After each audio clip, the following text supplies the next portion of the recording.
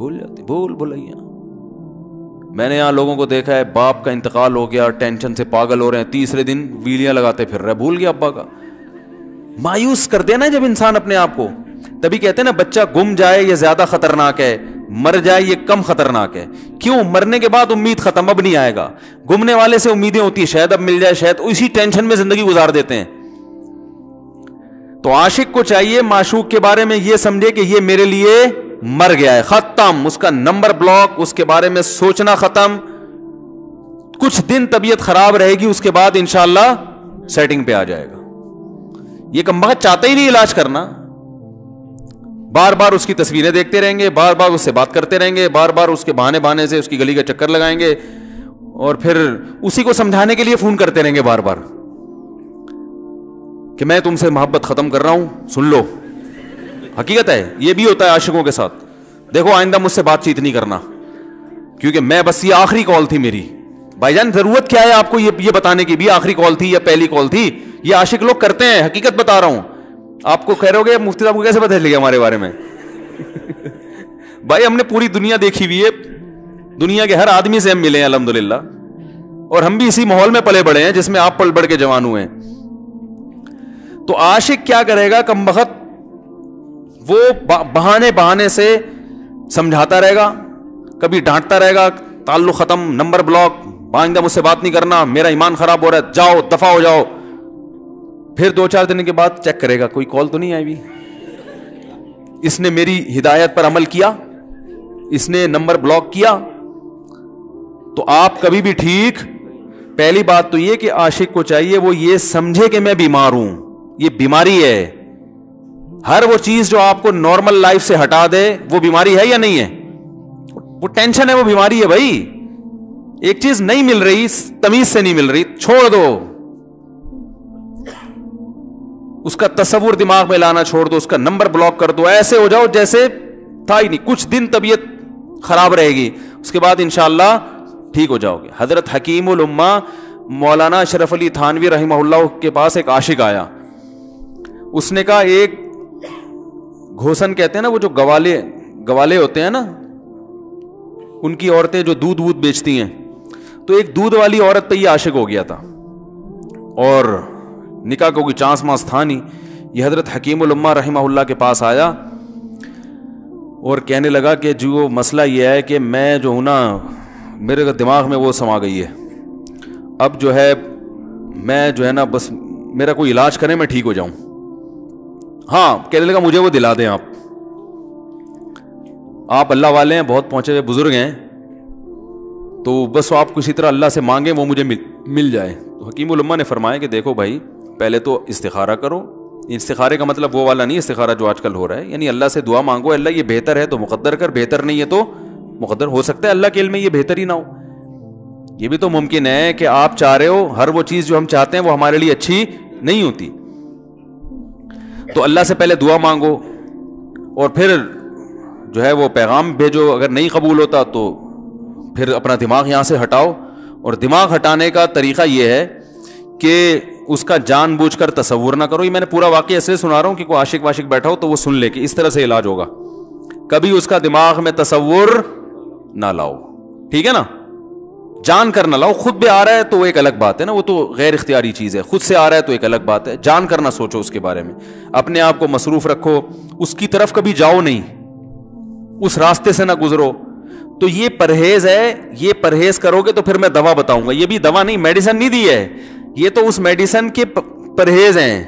اس کے بعد میڈیسن بھی ملے گی, جو ذکر وہ بتائیں گے اللہ کا ذکر وہ بعد میں, پہلے یہ پرہیز.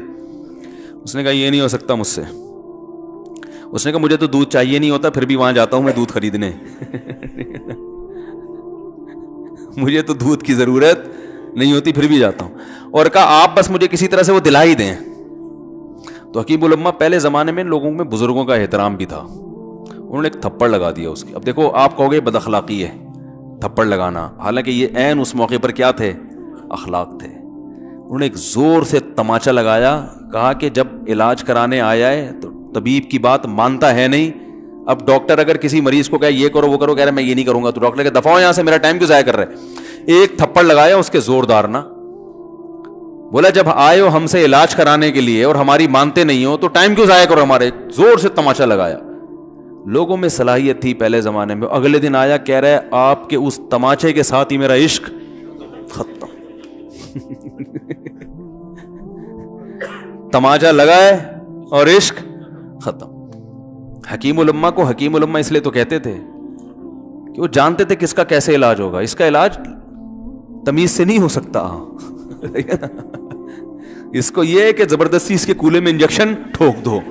تو وہی کیا انہوں نے. تو لگایا زور سے تھپڑ اس کا. ہاں عشق, وہ عاشق کی بات کر رہا تھا میں.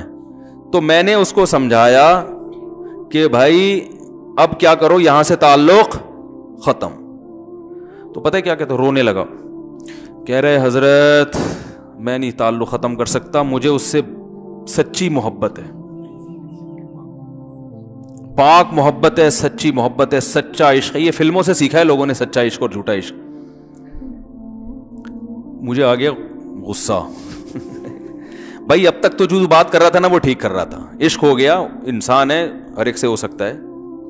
ویسے تو بے احتیاطی جو لوگ کرتے ہیں انہی کو زیادہ تر ہوتا ہے. چلو بے احتیاطی ہو گئی, لیکن چلو ایک جائز طریقہ اختیار کیا نا, کوئی حرام کاری کی طرف نہیں گیا. نکاح, تبھی میں کہتا ہوں بھائی جان کسی کو عشق ہوا کرے, اگر نکاح کی بات کرے تو اس کو ملامت نہ کرو. بیٹا ابا کے پاس آ رہا ہے, ابا مجھے وہ کالج میں لڑکی پسند آ گئی, مجھے عشق ہو گیا, میں شادی کرنا. ابا پڑاخ کر کے ایک چماڑ لگا دیتے, وہ تجھے میں نے یہ عشق معاشقوں کے لیے بھیجا ہے وہاں پہ, اس لیے نہیں تھا, لیکن اب ہو گیا تو اس کا ایک جائز راستہ ہے نا جو اسلام نے بتایا ہے. تو ابا بلا وجہ غیرت کا مسئلہ بنا لیتے ہیں اس کو, ٹھیک ہے نا. تو بھائی یہ نمٹاؤ یار. بچی بعض دفعہ پاگل ہو جاتی ہے عشق میں, تو ابا وہ غیرت کا مسئلہ بنا کے کیوں بھائی یہ کیا ہو گیا. بھائی اگر ہو گئی ہے, پاگل نہیں بھی ہوئی تو پاگل ہونے سے پہلے اس کی شادی کر دو. عقل مند باپ یہ کرے گا, ٹھیک ہے نا. تو اپنے اولادوں کو, یہاں جو والدین بیٹھے اتنی سہولت ان کو دیا کریں کہ اگر وہ کہیں شادی کرنا چاہتے ہیں تو وہ زبان سے اظہار کر سکیں. بے شک براہ راست کرتے ہوئے شرمانی تو کسی پرچہ لکھ کے ابا کی تکیے کے نیچے لکھ دیں, ابا سیٹنگ چل رہی ہے, ٹھیک ہے نا. تو میں نہیں چاہتا میں گناہ کی طرف جاؤں, میری شادی کرا دو. اور نام نہ لکھو اپنا, ابا کو سب کا پتا ہوتا ہے کہ وہ خود ہی پہچان جائیں گے. تو یہ جو بہت زیادہ سختی والدین کرتے ہیں نا اولاد پہ, اس سے بغاوت پھیلتی ہے. جائز حق تو اس کو دینا چاہیے نا بھائی. ہاں وہ اگر آپ کے خاندان میں میچ ہی نہ کر سکے, وہ یعنی وہ ایسی جگہ پسند کر لیا اس نے کہ وہ ایڈجسٹ ہی نہیں ہو سکتی, تو پھر ایک الگ بات ہے. پھر ابا غیرت دکھائیں, بولا بیٹا تو تیری بیوی ہماری بہو بھی ہوگی, یہ ہماری بہو بنانے کے قابل, یہ ہماری پرمپرا ہے, ٹھیک ہے نا. تو لیکن نارملی ماننا چاہیے. تو اب کیا ہے, میں نے اس سے, اب وہ کیا نا رونے لگا. بس یہ بیان, یہ کس واقعہ بتا کے وہ پتھر والا جو ہے نا مثال کمپلیٹ کر کے بات ختم کرتا ہوں. وہ رونے لگا, کہہ رہے نہیں مجھے سچی محبت ہے. مجھے پھر آیا غصہ, میں نے کہا بھائی جان یہ ٹوپی ڈرامے نہیں کرو. ٹھیک ہے آپ کو عشق ہو گیا, دل زخمی ہے آپ کا, یہاں تک بات سمجھ میں آتی ہے, انسان ہے, ہو جاتا ہے. تو نکاح کا راستہ ہے, نہیں ہو رہا تو پریشان ہونا بھی سمجھ میں آتا ہے, یہ سچی مچی نہیں کرو بھائی. میں نے کہا اپنی ماں سے کیوں نہیں ایسی محبت آپ, ماں ناراض ہوتی ہے, کبھی بات چیت چھوڑ دے تو پھر ایسا رونا آیا کبھی؟ جس نے ساری زندگی پالا پوسا جوان کیا ہے بھائی, کبھی زندگی بھر ساتھ نہیں چھوڑتی ماں. آپ 60 سال کے بھی ہو جاؤ گے نا, آپ کی بیماری پہ ایسے ہی روئے گی جیسے جب 2 سال کے بچے تھے اس وقت روتی تھی. کیا اللہ نے عجیب رشتہ, ساری زندگی روٹیاں پکا پکا کے کھلاتی رہتی ہے, تھکتی نہیں ہے, ایک دفعہ بھی کبھی پیسے نہیں مانگے. کسی کو باورچی رکھو, فری میں کتنے دن پکا کے کھلائے گا روٹیاں بھائی؟ 4-5 دن کے بعد بولے گا بھائی ہم نے کیا ٹھیکہ لیا ہوا خدمت کا, پیسے دو, تنخواہ دو, نہیں دو گے جائے گا وہاں سے. ساری زندگی روٹیاں پکا کے کھلاتی ہے, ساری زندگی. نہ کھانے پہ تو ناراض ہوگی, کھانے پہ کوئی معاوضہ نہیں مانگے گی. کتنا بڑا احسان ہے, اس سے ایسی جذباتی محبت نہیں ہوتی. اس پہ رونا نہیں آئے گا, اس پہ جذبات نہیں مشتعل ہوں گے. تو وہاں نہیں ہو رہے تو یہاں اگر ہو رہے ہیں تو اس کو پاکیزہ محبت کا لیبل لگانے کی ضرورت. میں نے کہا اس کو لقبہ ہو جائے نا, جو تمہاری جو محبوبہ ہے, بی پی ہائی ہوا اور جناب تھوڑا سا ٹیڑھی میڑھی ہو گئی, پھر دیکھوں گا, پھر کہے گا دل کہہ رہے مجھ سے سب جان چھڑا دو خدا کے لیے, پھر تعویذ مانگیں گے جان چھڑوانے کے تعویذ. ایسا ہی ہوتا ہے نا.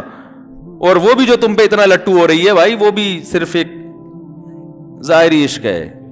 ہاں بعض دفعہ حقیقی بھی ہوتا ہے. وہ اخلاق سے کسی کے متاثر ہو گئے, دینداری سے متاثر ہو گئے, وہ ایک الگ چیز ہے. لیکن زیادہ تر صرف شکلوں پہ مر رہے ہیں, شکلوں پہ. اخلاق و اخلاق ایک طرف گئے ہوئے ہیں, دینداری اخلاق کو کوئی نہیں لفٹ کراتا آج کل, صرف شکل پہ. تبھی ان کو کسی اداکار سے کرا دو نا, فوراً بھاگ جائیں گے اس کی طرف.